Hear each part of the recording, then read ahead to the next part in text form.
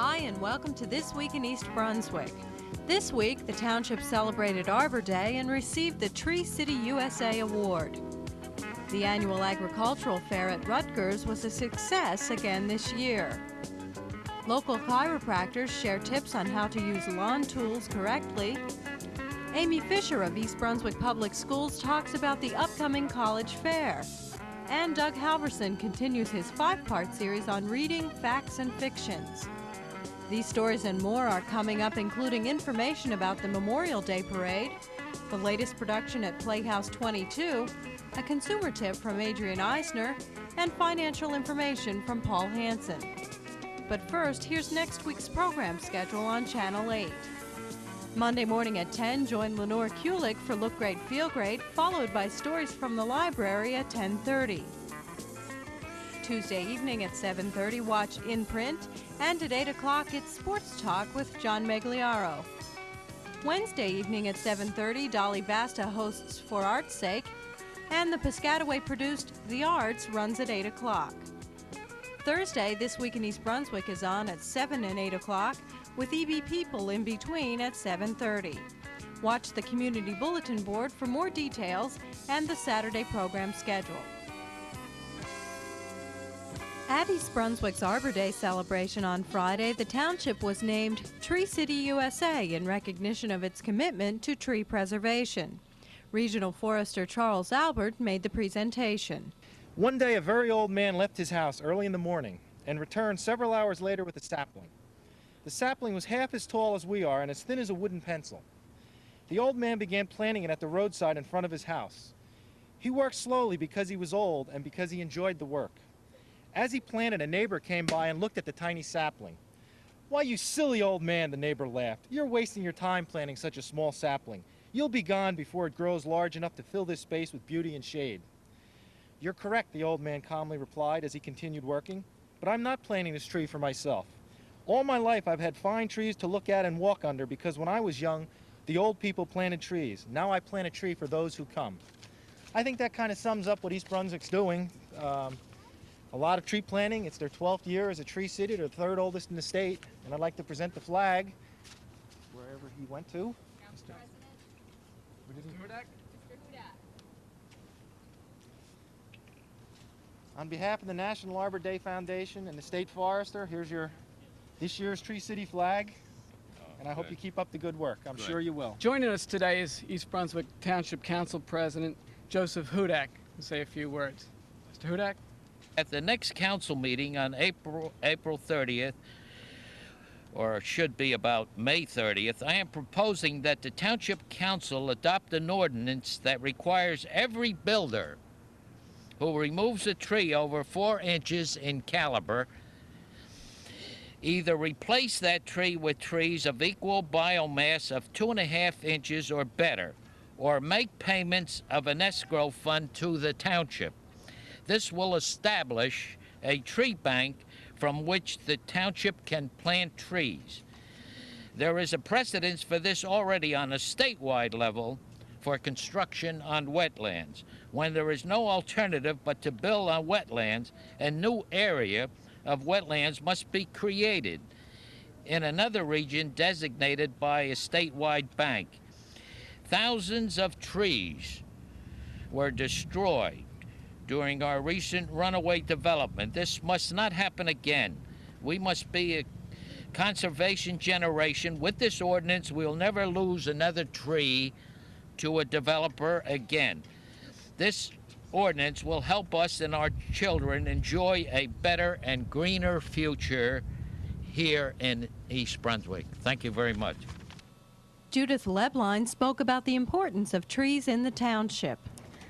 I had an opportunity this year to see East Brunswick from the air by helicopter. And if you want true evidence that East Brunswick is a tree city, go up in the air or take a ride to the top of one of the towers, and all you see is beautiful green. And much of that work can be thanked to the councils that have supported the idea of trees being important in East Brunswick, and from the hard work of our Parks Department, in particular our Shade Tree Division, for committing themselves to making sure that trees are of vital importance here in East Brunswick.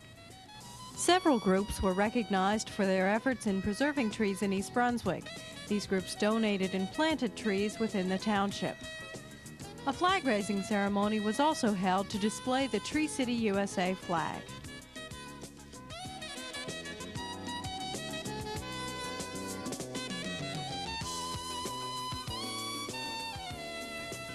Saturday at Rutgers, hundreds enjoyed the 72nd annual Ag Field Day.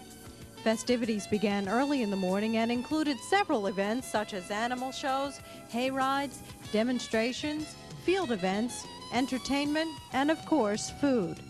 Cook College clubs and organizations set up display booths for the public, and the annual New Jersey Folk Festival was held as a regular part of Ag Day.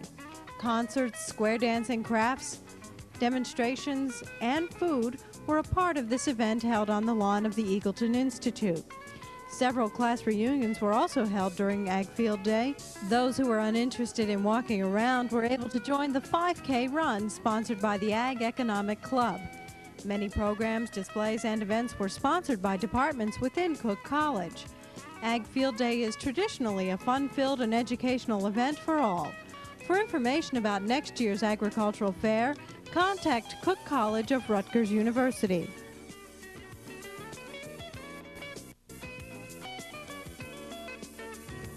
Hi, I'm Dr. Tom Picone and my partner Dr. John Reisert here of the Middlesex County Chiropractic Center in East Brunswick, serving the community for over 18 years. This week's Health Facts, we're going to go over the proper and improper methods for lifting, raking, shoveling, and weeding. First, Dr. Reisert is going to demonstrate what happens to our spine when we lift improperly. Dr. Reisert, if you'll lift the bag, it's a bag of heavy grass cuttings. As you can see, Dr. Reisert is lifting far away from his body. He is not supporting the weight close to his center of gravity. He's lifting entirely with his arms and his back. This will cause a lot of shoulder injuries, lower back injuries. Dr. Reisert, if you'll lift that weight properly now, bring the weight closer to your center of gravity, keep your back perfectly straight, tuck the buttocks underneath, and lift straight up with your legs. Very good. Okay, and you can set it down the same way. Very good. The next thing Dr. Reisert is going to demonstrate is the proper way to rake, another common garden implement used during the spring and summer months. In this demonstration, Dr. Reisert is doing it improperly. He's bent far forward, he's very low to the ground, and he's causing a very long pull. He's not working close to his body at all, and he's working only from one side of the body. Now, Dr. Reisert, if you'll demonstrate the proper way, taking a much more erect position, bending his knees, keeping his work closer toward his body, using the knees to kind of create a rocking motion rather than a bending of the back.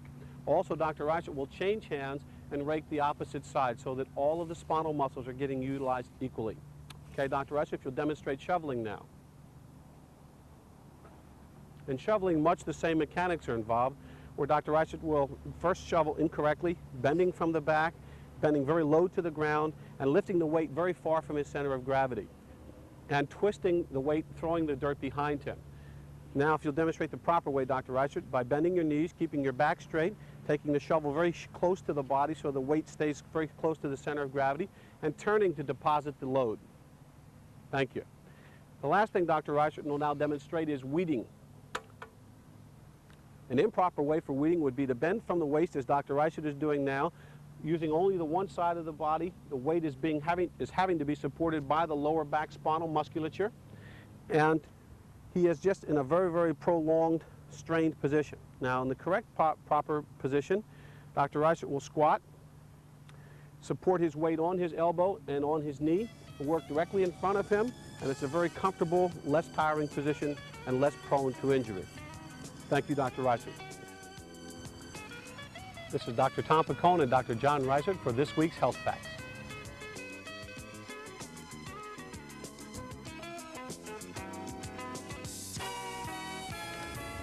Hi, I'm Amy Fisher, and I'm the Director of Community Relations for the school system.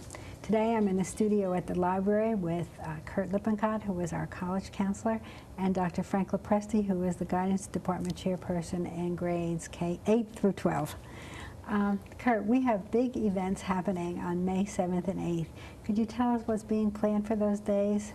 Well, Amy, we've got a special program coming up that we call our College Extravaganza, and it's really a very exciting affair for us, and hopefully for our students it'll be as exciting as it's been in the past.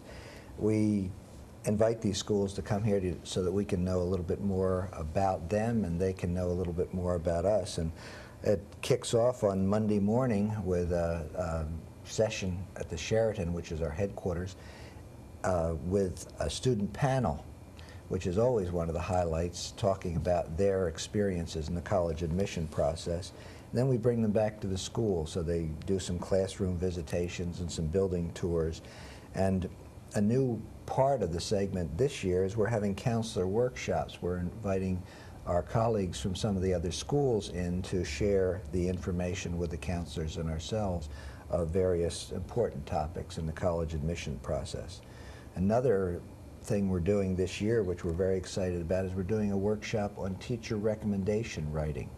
And the Associate Director of Admissions at Rutgers and the Dean of Admissions from Colgate is running that program to help our teachers and the counselors write more effective recommendations. The afternoon is scheduled for preparation for the panels, and then in the evening we're having a dinner with the board and our department chairs to help them know a little bit more about our really fascinating curriculum. The next day we have counselor workshops again, and we have a mini college fair during the lunch hour, and student seminars on a variety of topics are going to run in the afternoon, including a special workshop for coaches and students on problems of student athletes. Another highlight of the program is that a number of our parents are going to host them for dinner on Tuesday night prior to the college night that we're going to have, and we're going to have a parent workshop as well. So it's a pretty busy 2 days. Now, the college night on Tuesday, that will be held in the high school cafeteria. Who will be invited to attend that? We've invited, we're inviting the sophomores as well as the juniors and anybody else from the high school community that wants to come. And we've invited, again, from about 15 different schools in the area that's open to them as well as our students. And parents also. And parents, of course, yes. Frank, this program has become somewhat of a tradition here. How does it benefit our students? Well, there's tremendous amounts of benefits. I would guess the foremost is that it gives the students an opportunity to gain a great deal of insight into the application and selection process by meeting with the college representatives. It also allows them to meet with those representatives in a less formal setting, so that they tend to enjoy that. In many cases, they start to consider other schools that they hadn't considered previously. And lastly, it gives the representatives a chance to see the quality of our students at East Brunswick and the program, the curriculum. It's really an exciting program. Yes, it is. About what percentage of our students go on to college every year? Okay, for last year's class, the class of 1989, we had 88% of the students went on to further education. That's a lot. It is. What do we do to assist students who are not planning to go to college or just planning on going right on to work after they graduate? Okay. I think the guidance department looks at each and every student individually, whether that student selects to go on to a 4-year school, a 2-year school, a trade technical or business school, or further work. We have many different activities for each of those groups. We have a developmental guidance program which requires all students and counselors to meet individually, and that does meet their needs wherever they may be. Great. Well, we hope everybody who can get out to the high school next Tuesday night, May 8th, to be in the high school cafeteria. Just tell us, what time does that program start? It starts at 7:30. Okay. Thanks for watching.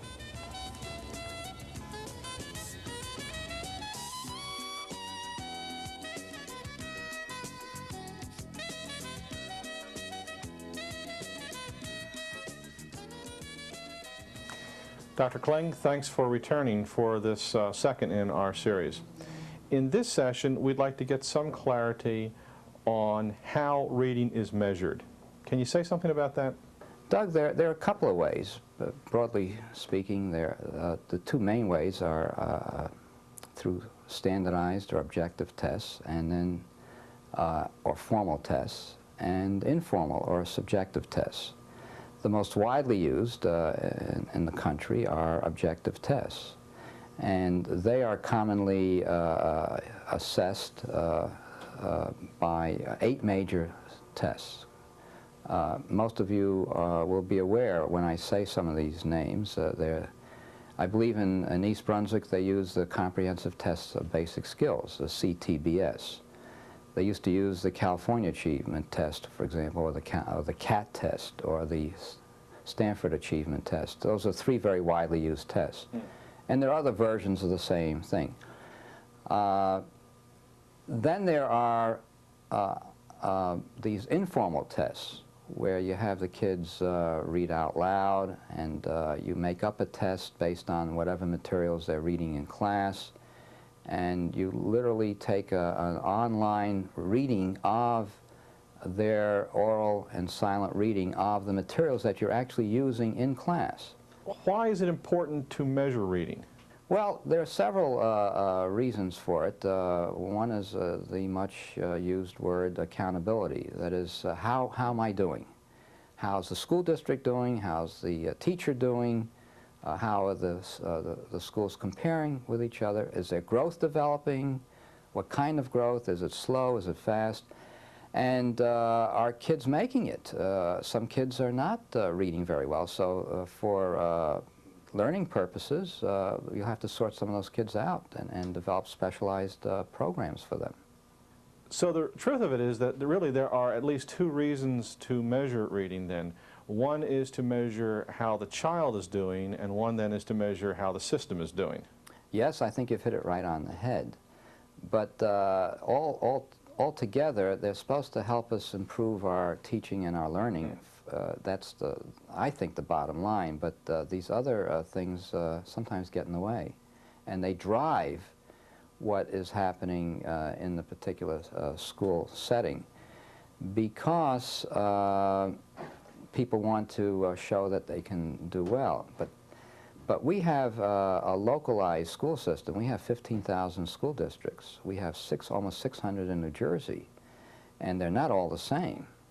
So that often the external tests, these formal tests by the state or these commercial tests, are not paralleling or showing us really what we're doing, because there's a mismatch between these tests and what we think in our particular district is important, not only in the district but the particular school or classroom. So they may be at odds, and they may not be truly reflective of the actual situation. So goals then really can be from not only from district to district, but classroom to classroom and individual to individual. Yes, indeed. And if we're paying attention to individual differences and the range of kids' abilities and interests, we will find that is a very important factor.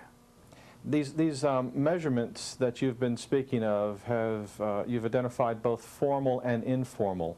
Can you say more about the informal? Yes, typically you'll take the teacher or the reading specialist will take a sample of 200 or 500 words of, let's say, a social studies text or a reading text, a basal reader that they're using, and see how the kid tackles that material. These are the actual materials they're using in class, so it's much closer related to what the school or the class or the teachers, to the real reading situation or the real reading menu or load that they're trying to deal with. In that sense, it may have more validity and be more appropriate. So then the teacher can make some corrections or maybe choose other materials. If the kid, let's say, misses 5 or 10% of the materials and makes certain kinds of errors, they call them miscues now, then the teacher can see more clearly what has to be fine-tuned. So it's a more realistic and maybe a more valid and reliable check on what the kids are actually doing with the actual materials that they are using right then and there. So as simple as it sounds, it's nonetheless very important to tie what is being measured with the goals or the intentions or really the kind of reader that we want to develop. Yes, and if we know clearly what that is, then we should develop tests, appropriate tests and assessments to go from point A to point B and point Z. Dr. King, thanks for being with us in this second session. In our third session, we'll be looking at the National Report Card. In an ongoing effort to increase public awareness in the court system, the New Jersey State Bar Foundation sponsored a law-related forum for elementary school teachers this past Friday. The conference was held at the New Jersey Law Center in New Brunswick and was open to grade school teachers from all over the state. Educators in attendance listened to speakers discuss mock trials as a teaching tool. They were also asked to participate in a simulated trial, and they also viewed a videotaped mock trial designed for 3rd and 4th grade students. Joy Levine, a teacher with East Brunswick's Memorial School, participated in the videotape loan program with her students and discussed the interest and success that was had with the tape of The Girl Who Cried Wolf. This video trial addresses the First Amendment right to free speech and is available for loan at no cost to elementary school teachers. If you are interested in borrowing this tape, call the New Jersey State Bar Foundation at 249-5000, extension 249.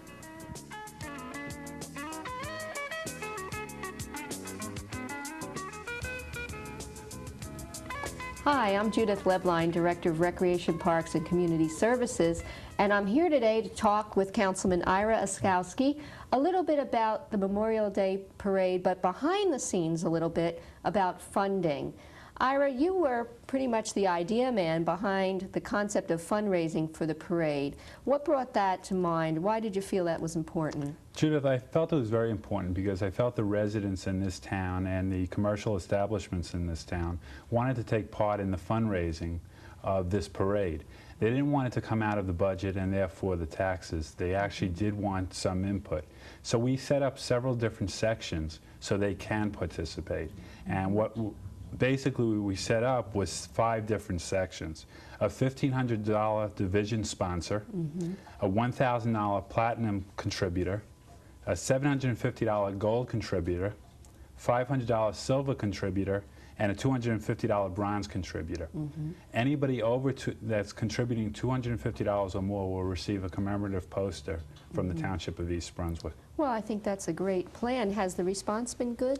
So far, the response has been very good. To date, we raised approximately $6,000, and I think there's a lot of interest in there. The goal is $20,000, and we still need a lot of people to go ahead and contribute. Now, I'm confident that we can do it, but if we were to fall short, does that jeopardize the parade? It doesn't jeopardize it at all. It would come out of the budget in the event that we do not raise the $20,000. However, again, I would like to see that the $20,000 does come out of individual contributions. Is there time to still get involved? There is plenty of time to still get involved. If you would send any contributions, or any of the residents that want to send contributions, or the commercial establishments, to East Brunswick Township, 1990 East Brunswick Fundraising Campaign, attention Councilman Ira Oskowski, myself, Civic Center Drive, East Brunswick, New Jersey, 08816. Thank you so much, and we hope to see everyone at the parade.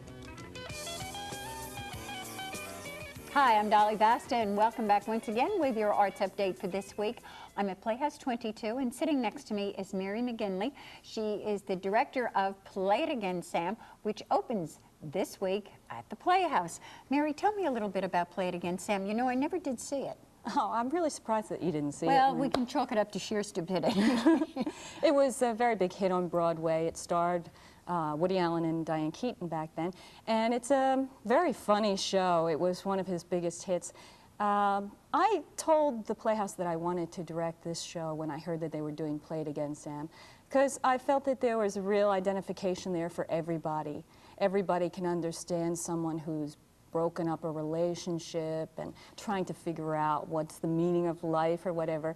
And the main character, he has a sort of Walter Mitty existence to himself. He wonders about what it's all about, and he fantasizes. And that's where all the humor comes in. He has a fantasy of people coming in and out of his apartment and telling him what to do and treating him badly or well. And we get to see a lot of different sides of this character. Alan, this is Sharon. Hello. I was just telling Dick, I have some friends who live on this block, in the house right across the street. Do you know the Gibsons? Gibson? No, no. Hal and Eleanor Gibson. They're a great couple. He's an interior decorator. Oh, really? That's sort of a hobby of mine. Oh? Uh-huh. Well, the key to decorating is to make it look as though you don't use a decorator. I've got to make one thing cool.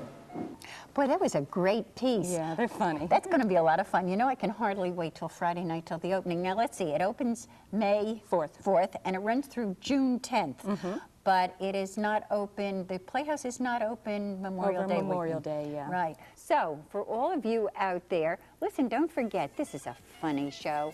Come on down to the Playhouse. We have great group rates. Why don't you give us a call, 254-3939. And that's this weekend. It opens. I'll see you here. Okay? Hi, my name is Susan Pober, and I'm speaking to you as the Vice President for Membership from the Friends of East Brunswick Sacc. Sacc stands for School-Age Child Care, and it's our after-school program for East Brunswick students in grades 1 to 5. The Friends of Sacc is the support group and fundraising organization for the Sacc program. I'm here to extend an invitation to everybody to come to our Sunday afternoon, this Sunday afternoon on May 6th. From 2 to 4 o'clock at the Towers, at 2 Tower Center, which is right next to the Ramada Renaissance Hotel. We'll be having a very exciting afternoon. We have Ed Patterson's Kaleidoscope for some wonderful entertainment of rapid chalk art, talking animal puppets, music, and magic. Following our entertainment, we will be having a Choose Your Own Sundae, where you can make the gloppiest sundaes you can think of. The admission is $4 a person and $10 per family, and the money goes for the Sacc programs and supplies and equipment. We hope you'll all be able to come this Sunday, May 6th. If you need more information during the daytime, you can call Susan Caspin at 390-6983. And in the evenings, you can call Andy Pober at 254-4154. I hope to see everybody there for our fun-filled Sunday afternoon. This is Paul Hansen from You and Your Money with this week's Money Tip. A bellwether security is seen as an indicator of a market's direction. In stocks, IBM has long been considered a bellwether because so much of its stock is owned by institutional investors who have control over supply and demand of the stock market. Institutional trading actions tend to influence smaller investors and therefore the market generally. In bonds, the 20-year U.S. Treasury bond is considered the bellwether, denoting the direction in which all other bonds are likely to move. This is Paul Hansen from You and Your Money with this week's Money Tip.